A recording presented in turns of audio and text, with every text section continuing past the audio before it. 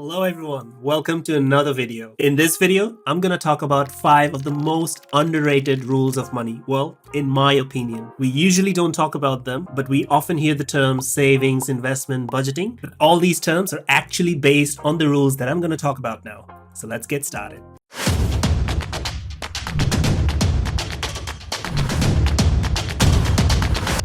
So number 1 is the 4% rule. So the 4% rule is a simple guideline for retirement planning. So this was a research paper by 3 finance professors at the Trinity University in 1998. And hence, the 4% rule is informally known as the Trinity study. I'll put the link below if you want to know details about it. This rule basically helps you figure out how much you can safely withdraw from your retirement savings each year without running out of money. It's based on the idea that if you withdraw 4% annually from your retirement savings, the money should last at least 30 years. So suppose you've saved $1 million for retirement. Using the 4% rule, you could safely withdraw $40,000 per year to cover your living expenses without depleting your nest egg too quickly. The key here is that you're withdrawing a small enough amount that your portfolio can continue to grow and sustain you over decades. Of course, this rule assumes that your investment continues to grow at a reasonable rate and inflation remains stable. It's a great starting point, but remember to revisit your portfolio every year and tweak your withdrawal strategy based on the market and how your portfolio is performing. Now let's see an example using my financial independence calculator. I'll put the link in the description for you to download and use it. It'll be super exciting to know your financial independence number. So we can see the financial independence calculator. I will explain you the spreadsheet first and then we'll do an example for you to understand the 4% rule.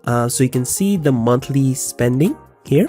So this one you can, based on your expectation, you can put the number and then what you put, then all these figures will auto-generate. So you can see I've put the white one as you can edit and the rest is just formula you won't be able to edit, but based on what you put here, you'll get the figure. So for example, I've put 4,000 monthly expenses for my expenses that I expect to be putting in. This is just an example. So based on 4,000, obviously 4,000 times 12 will be 48,000 per year. And if you expect to spend 48,000 per year, based on the 4% rule, you should have at least $1.2 million in your retirement savings or investments portfolio, right? But this is not as straightforward. So we need to consider the inflation as well. So here in this calculator, I have the inflation. I've put 5%. So I've used the inflation calculator based on RBA. So I'll put the link for this calculator as well. So here I've put, let's say, what would $100 in 1973 would look like now in 2023, 2024. So based on this, it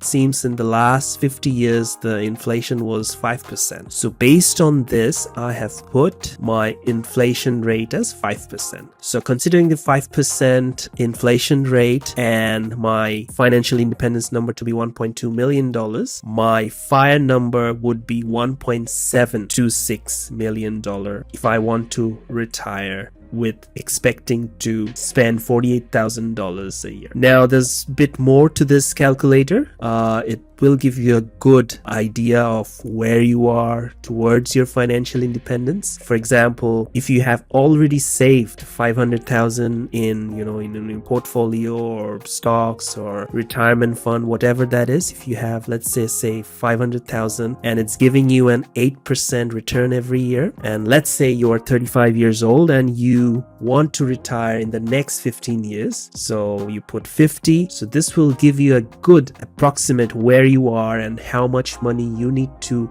invest to save every month and for how long. So if you put these numbers, you will see you need to save yearly $5,164 with a monthly saving of $430. So the result is you need to save and invest $430 each month to hit that 1.726 by age 50. So now if you say you don't have 500,000, let's say you have 450,000 and you are getting a 10% return, you are 35 and you want to retire by, let's say, 45.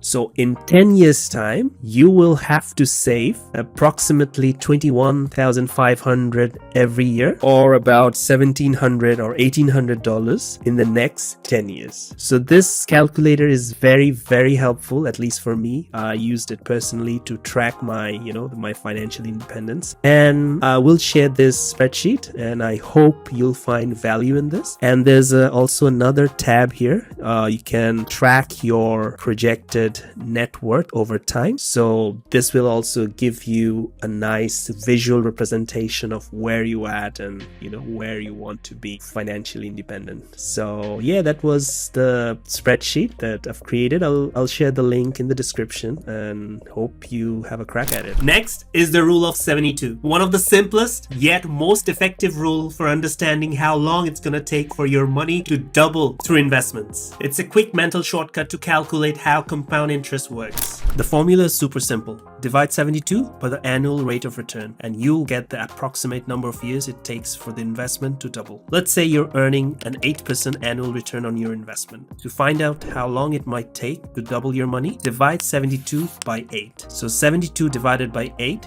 gives 9. So if you invest 10,000 today at an 8% return, it'll grow to 20,000 in 9 years. The rule of 72 shows how powerful compound interest can be. The higher your return rate, the faster your money grows. That's why starting early is so important when investing. Next is the rule of 25, or the 25x retirement rule. The rule of 25 is another key retirement planning concept, and it works hand in hand with the 4% rule. This rule helps you estimate how much you need to retire comfortably by multiplying your annual expenses by 25. Let's say you plan to spend $40,000 per year in retirement. According to the rule of 25, you'll need $40,000 times 25. That's $1 million.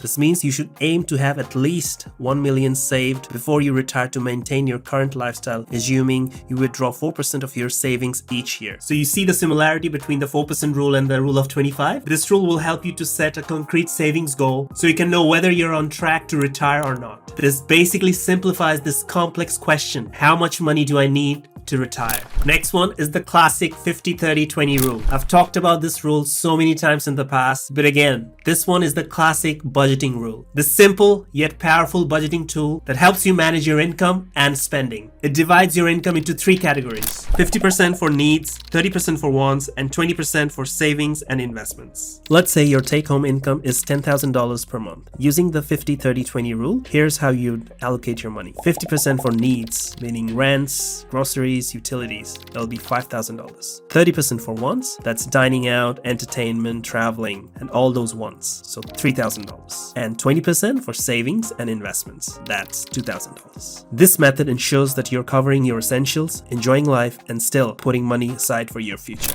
What makes this rule so effective is it's flexible. You can adjust the percentage slightly here and there based on your situation. It gives you a framework to balance your spending and savings and not depriving yourself and yet empowering your future. And finally, the last rule for today is the 100 minus age rule. This is a classic investment strategy that helps you figure out how much of your portfolio, your investment portfolio, should be in stocks versus a more conservative investment asset like bonds. So the idea is simple. Subtract your age from 100, and that's the percentage of your portfolio that should be in stocks. So let's say you're 30 years old. The formula would look like this: 100 minus 30, which is 70, meaning 70% of your portfolio should be in stocks, with the remaining 30% in other safer investments. Now, if you're 60 years old, 100 minus 60, which is 40. So 40% should be in stocks, while 60% should be in more stable investments. The idea is simple. The younger you are, the more risk you can take because you have more time to recover from the market downturn. The older you are, the less risk you should be taking. And since stocks are considered risky, you should be rebalancing your portfolio into much safer investments. And of course, like any rule, this is just a guideline. So always tailor this rule to your risk tolerance and long-term financial goals. So let's quickly summarize these 5 rules of money. The first one, 4% rule, helps us guide on how much we can safely withdraw each year in retirement. The next one, rule of 72, is a quick way to understand that how long it will take for our money to double with compound interest. The third one is the rule of 25, or the 25x retirement rule. It's just like the 4% rule. Multiply your annual expenses by 25 to estimate how much you need to save for retirement. The next one is the 50-30-20 rule. the classic budgeting rule to allocate your income for needs, wants, and savings and investments. And finally, the 100 minus age rule. Adjust your stock to safer investment ratio based on your age and risk tolerance. These are really good practical tools you can use today to take control of your finances, plan for the future, and achieve financial freedom. And I hope this will guide you towards smarter money decisions. So that's all for today. I hope you enjoyed this video. Do share this video with someone you care about. Thanks for watching. I'll see you in the next one.